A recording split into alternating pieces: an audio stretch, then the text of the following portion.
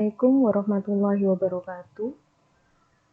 Hari ini kita akan mempelajari tentang tegangan permukaan dan kapilaritas sebagai bagian dari pembahasan fluida statis. Oke, kita mulai dari tegangan permukaan dulu. Kamu perhatikan di slide, ada gambar yang menunjukkan seekor nyamuk berada di atas permukaan air, kemudian gambar yang kedua itu ada tetesan air dari kran. Kita ulas dulu gambar yang pertama. Kalau kamu perhatikan di gambar pertama, terlihat bahwa kaki nyamuk itu menempel di permukaan air dan permukaan airnya seolah-olah bersifat elastis. Ada lapisan yang bisa menahan nyamuk sehingga nyamuk itu tidak jatuh. Padahal kalau kita analisis dari massa jenis nyamuk, rho-nya nyamuk itu jauh lebih besar daripada rho air. Jika kita analisis dia berdasarkan hukum Archimedes, maka otomatis nyamuk itu akan tenggelam. Nah, kenapa bisa tidak tenggelam? Nah, ini yang akan kita pelajari kaitannya dengan tegangan permukaan. Kemudian, gambar yang kedua, di sini tampak ada tetesan air. Tetesan airnya berbentuk bulat. Kenapa bisa berbentuk bulat? Nah, ini ada faktor yang pertama karena tetesan air itu bergerak ke bawah, otomatis karena ada gaya tarik atau gaya gravitasi bumi. Akibatnya bagian yang bawah itu lebih besar daripada bagian yang atas. Jadi bentuknya semacam oval gini ya. Karena massa terkonsentrasi di bawah, karena ada gaya tarik atau gaya gravitasi. Kemudian selanjutnya itu karena adanya kohesi atau gaya tarik-menarik antar partikel air itu sendiri sehingga menyebabkan bentuknya bulat. Bulat ini juga karena adanya tegangan permukaan, seolah-olah airnya bersifat elastis sehingga dia membentuk permukaan, sehingga dia membentuk apa istilahnya, semacam lapisan elastis. Oke. Nah, gambar 1 dan gambar 2 ini menunjukkan salah satu sifat zat cair yaitu tegangan permukaan. Kalau kita bicara tegangan permukaan, kita definisikan tegangan permukaan itu adalah kecenderungan permukaan zat cair berlaku di zat cair ya. Kecenderungan permukaan zat cairnya ini untuk menegang. Akibatnya akan seolah-olah akan terbentuk lapisan elastis. Nah, kenapa ada lapisan elastis? Itu kita tinjau tiap partikel air. Misalkan partikel A ini akan mendapat gaya tarik dari partikel-partikel lain di sebelahnya atau di sekitarnya. Akibatnya, partikel A akan mengalami gaya tarik ke atas, ke bawah, ke kanan, ke kiri, dan lain-lain. Kalau kita perhatikan dari sini, ini tanda panah ini berarti menunjukkan vektor gaya tarik tadi. Resultan gaya partikel A, sigma F-nya A, itu nilainya 0. Akibatnya apa? Tegangan permukaan di A itu 0. Sementara kalau kita tinjau partikel B itu posisinya tepat di bagian atas atau di permukaan. Maka partikel B ini hanya mengalami gaya tarik ke arah bawah, kanan, kiri, dan sampingnya ini. Sementara gaya tarik ke atas tidak ada karena tidak ada partikel air lagi yang ada di atas. Nah, resultan gayanya akhirnya berarah ke bawah. Akibatnya permukaan air seolah-olah akan tertarik ke bawah, membentuk lapisan elastis sehingga permukaannya itu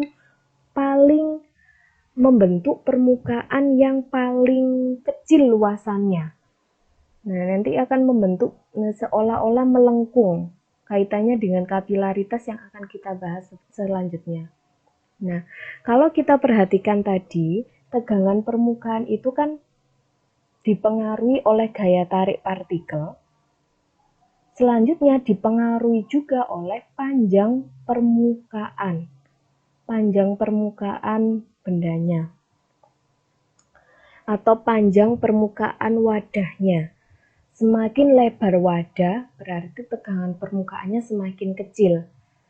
Semakin sempit luas atau penampang wadahnya, panjang wadahnya, maka tegangan permukaannya besar.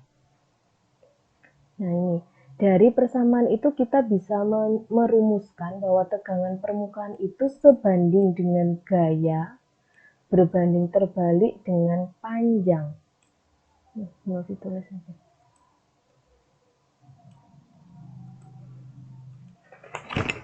Gaya dan panjang.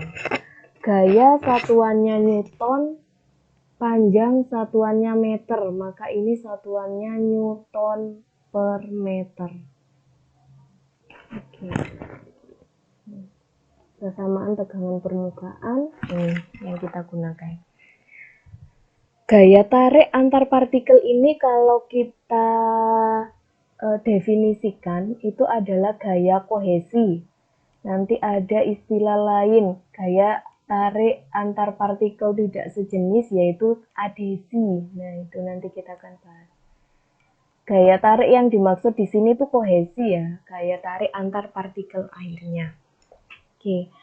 Kemudian kita coba analisis yang ini.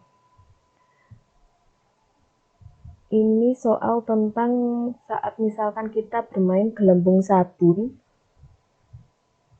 Kita coba variasi bentuk kawatnya. Yang divariasi bentuk kawat.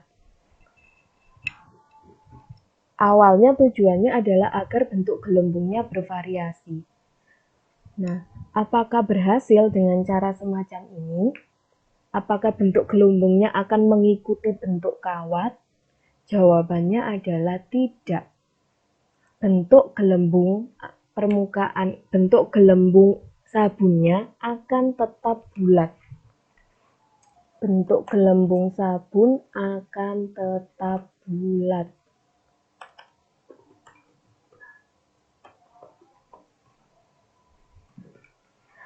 Kan tadi sudah dijelaskan bahwa tegangan permukaan yang ada pada zat cair itu akan cenderung memperkecil luas permukaan. Tegangan permukaan cenderung memperkecil luas permukaan zat cair. Luas permukaan paling kecil itu ya saat dia berbentuk bulat. Makanya meskipun kawatnya bervariasi bentuknya, bentuk gelembungnya tetap bulat. Karena adanya tegangan permukaan.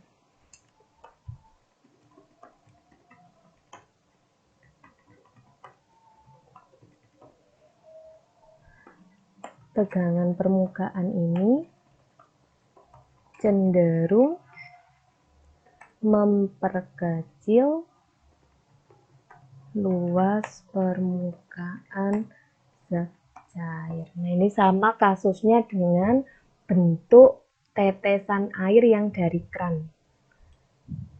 Dari warna merah. Nah, oke. Kemudian penerapan soal yang kedua.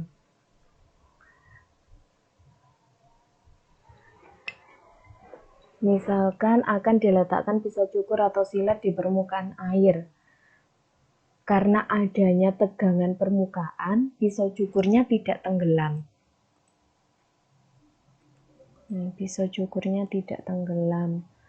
Kalau misalkan ingin ditenggelamkan, kira-kira langkah mana yang perlu kita lakukan?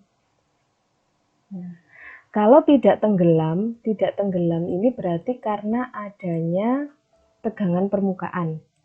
Ada tegangan permukaan. Nah, Berarti supaya dia bisa tenggelam, kita harus menghilangkan tegangan permukaan atau paling tidak mengecilkan nilai atau memperkecil nilai tegangan permukaan. Nah, langkah yang bisa kita lakukan untuk memperkecil nilai tegangan permukaan yang pertama adalah ini. Memanaskan. Ini memanaskan. Yang bisa kita lakukan adalah dengan cara memanaskan.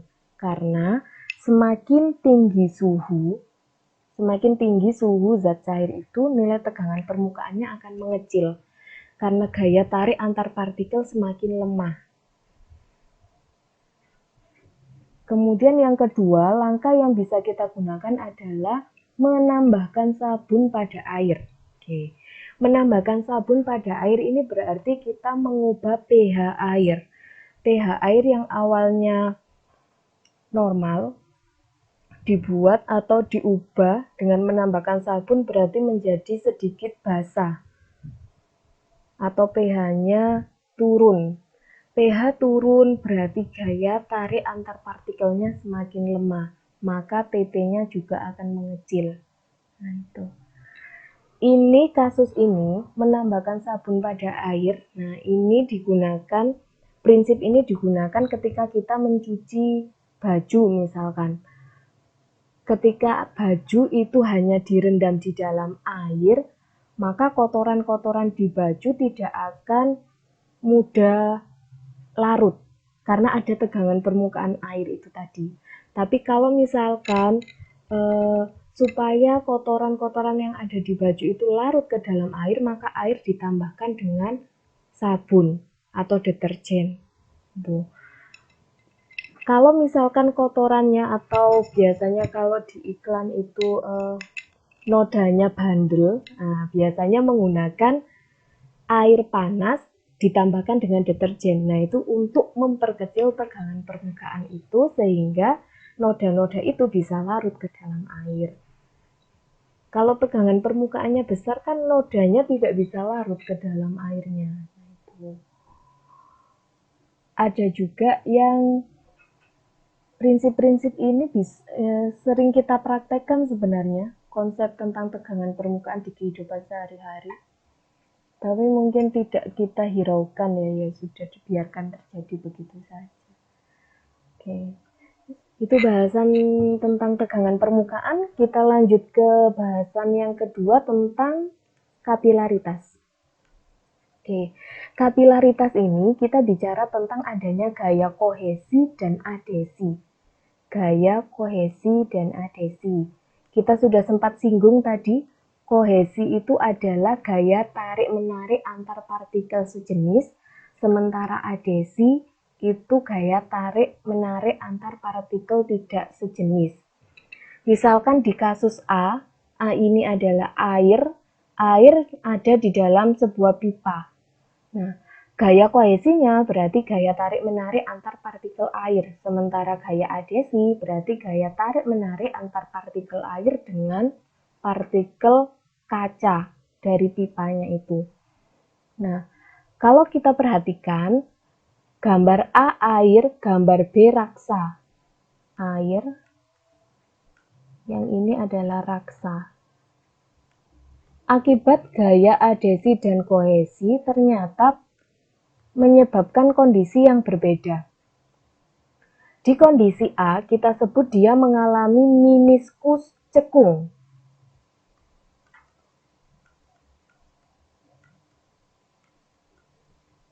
Sementara di kondisi B, kita sebut dia mengalami meniskus cembung. Ini kaitannya dengan permukaan fluidanya. Meniskus cekung itu terjadi karena gaya adhesi lebih besar daripada gaya kohesi. Kamu perhatikan di sini arah resultannya itu mengarah ke arah pipa. Akibatnya partikel air itu akan tertarik menuju pipa, sehingga permukaannya menjadi cekung. Sementara di air raksa, gaya adhesi dan gaya kohesi lebih besar kohesi. Akibatnya resultan mengarah ke partikel airnya sendiri, ke pusat masanya.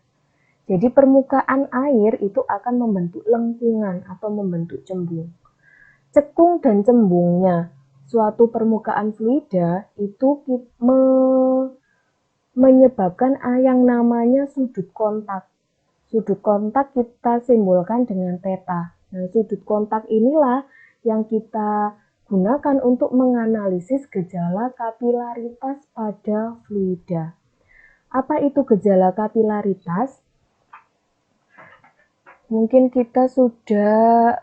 kalian sudah sering mendengar istilah kapilaritas untuk kaitannya di biologi. Gejala kapilaritas itu bisa kita definisikan sebagai efek naik turunnya cairan. Mungkin bisa kita artikan seperti itu. Naik turunnya ini kaitannya dengan ini tadi kohesi dan adhesi. Kalau naik berarti ya membentuk meniskus cembung. Kalau turun berarti membentuk meniskus cekung. Nah, misalkan kita punya suatu zat cair, air, dan raksa dalam suatu wadah, kemudian kita masukkan pipa kapiler, maka akan terbentuk kondisi meniskus cekung dan meniskus cembung. Nah, tinggi permukaan zat cair, kamu lihat di sini, ketika air itu mengalami naik ke pipa kapiler, membentuk meniskus cembung, ada selisih ketinggian di sini. Nah, begitu juga ketika dia masuk ke pipa kapiler membentuk meniskus cekung, juga ada selisih ketinggian di sini. Nah, selisih ketinggian ini, tinggi kenaikan atau penurunan ini, kita ukur dengan persamaan matematis.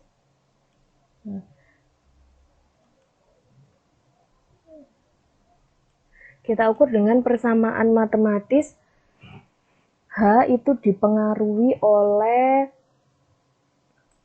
tegangan permukaan atau kita simbolkan dia dengan gamma. Dipengaruhi juga oleh sudut kontak kaitannya dengan cos theta. Kaitannya dengan kosinusnya. Kemudian dipengaruhi juga oleh massa jenis fluidanya. Air dengan raksa jelas massa jenisnya berbeda.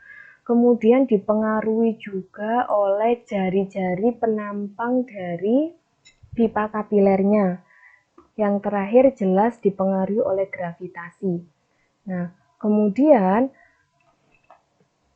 ada konstanta 2 di sini, itu kaitannya dengan dua penampang yang berbeda, atas dan bawah. Makanya di situ ditambahkan 2. Gejala kapilaritas ini ada yang menguntungkan, ada yang merugikan. Yang menguntungkan contohnya, kapilaritas ini menguntungkan itu contohnya yang sering kita pelajari di biologi, kaitannya dengan naiknya air dari tanah menuju ke daun untuk proses fotosintesis. Maka pipa kapiler yang digunakan di situ yang bertindak sebagai pipa kapiler adalah partikel atau istilahnya pembuluh xilem dan floemnya itu kalau di pohon. Kemudian gejala kapilaritas yang kita alami saat kita mencuci baju, air bisa meresap ke dalam kain, berarti yang menjadi pipa kapilernya adalah serat-serat kainnya. Itu. Kalau gejala kapilaritas yang merugikan, misalnya tembok itu bisa berlumut karena permukaan temboknya menyerap atau partikel-partikel temboknya menyerap air yang ada di tanah sehingga bisa naik menyebabkan temboknya berlumut. Nah, itu salah satu contohnya. Masih banyak gejala kapilaritas dalam kehidupan sehari-hari, kamu bisa cari informasi tentang itu. Oke, kita langsung masuk ke penerapan rumus di contoh soal. Sebenarnya langsung kita masukkan saja ke persamaan yang sudah kita rumuskan tadi. Kalau untuk mencari tegangan permukaan, itu pengaruhnya gaya dan panjang. Tegangan permukaan ada, panjangnya ada, yang dicari adalah gaya. Berarti kan tinggal dikalikan.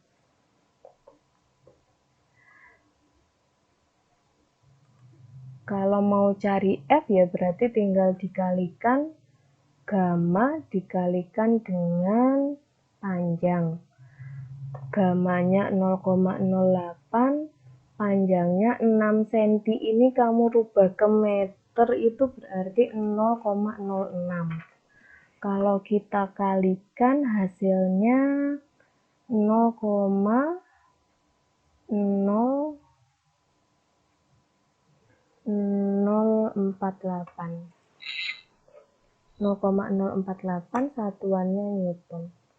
Jadi gaya yang dialami oleh partikelnya adalah 0,0048 Newton. Oke, soal nomor 7 kaitannya dengan kapilaritas. Diminta menghitung berapa kenaikan air pada tabung pipa kapiler. Oh ya, mengingatkan lagi kita kembali ke sini ya. Tegangan permukaan kapilaritas, tinggi kenaikan atau penurunan zat cair ini akan mencapai maksimal itu ketika gaya atau tegangan permukaannya sama dengan berat fluida yang dipindahkan atau yang masuk ke pipa kapiler. Ketika berat fluidanya sama dengan nilai tegangan permukaan, maka tingginya sudah maksimum, tidak mungkin bisa bertambah lagi. Seperti itu. Oke, kita balik ke contoh soal. Yang diminta adalah tinggi, berarti kita langsung memasukkan ke persamaannya tegangan permukaan. 2 dikalikan gamanya sudah ada 0,075 dikalikan lagi dengan cos theta. Mau perhatikan di situ sudut kontaknya. Sudut kontak antara air dan kaca 0 derajat. Oh, nggak pakai Celsius ini. 0 derajat berarti ini dikalikan dengan cos 0. Massa jenis air 1 gram per cm kubik. Kalau kita rubah ke kilogram itu berarti 1000 kilogram per meter kubik. Dikalikan dengan jari-jari. Jari-jarinya 1 mm itu berarti 10 pangkat min 3 meter. 10 pangkat min 3. Kita rubah ke satuan internasional. Dikalikan dengan gravitasi 10. Oke. 10 dikalikan 1000 dikalikan 10 pangkat 3 habis. Cos 0 itu nilainya 1. Berarti hasilnya tinggal 2 dikalikan 0,075 dibagi 10. Berarti nilainya 0,15